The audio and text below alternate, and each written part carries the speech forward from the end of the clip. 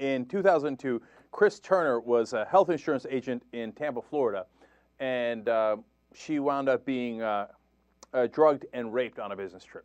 So terrible tragedy. She works in the industry. She knows how hard it is to get insurance. At some point, she loses her insurance, but she's still in the industry. She's got to get new insurance. So she calls up several different agencies asking them, because she doesn't want to get rejected. If she gets rejected, that's a mark on her record that makes it even harder to get insurance later. She's in the industry. She's selling health insurance. She knows how it works.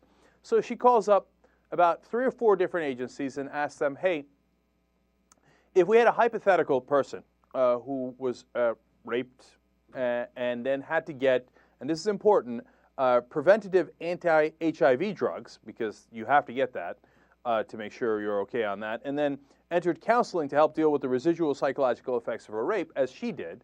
She's saying, if you had that kind of person, would you give them life insurance? And every single one of them said, no, we would not give you life insurance. Why? Because your rape is a pre-existing condition. Gee, I wonder why we want health care reform.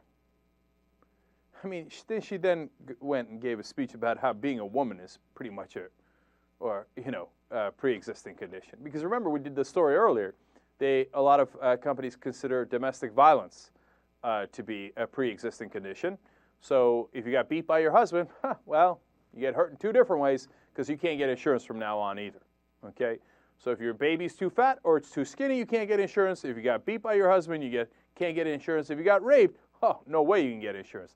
In fact, they have guidelines for how long it'll take after your rape for them to reconsider you. Are they not merciful? They say that you would have to wait 2 or 3 years to make sure that you continue to test negative for HIV, and that you'd have to go to counseling for 1 or 2 years, depending on your specific insurance company or plan. If you're a woman out there, you really think that you can trust the private insurance companies to look out for your best interests, and that if something goes terribly wrong, that don't worry, they'll have you covered anyway. No, you don't want the government coming in and saying, look, how about I come up with a plan that will definitely cover you? Because I'm the government, I'm not here to make a profit, I'm here to make sure that you get health insurance. See, that would be the public option. And honestly, you'd have to be crazy not to be in favor of it. What, you want to literally leave your hands and your health in the hands of these guys, whose job it is to make a profit no matter what, and no matter how heartless and ruthless? And for, in this case, for Chris Turner, she waited several years without any insurance because she knew she couldn't get it. And then finally, when her husband got a new job, it covered spouses, and she went back on it. And she said she was incredibly relieved because then she could go get a mammogram as an example, because she hadn't gotten one in several years, to make sure, that she's healthy on that count.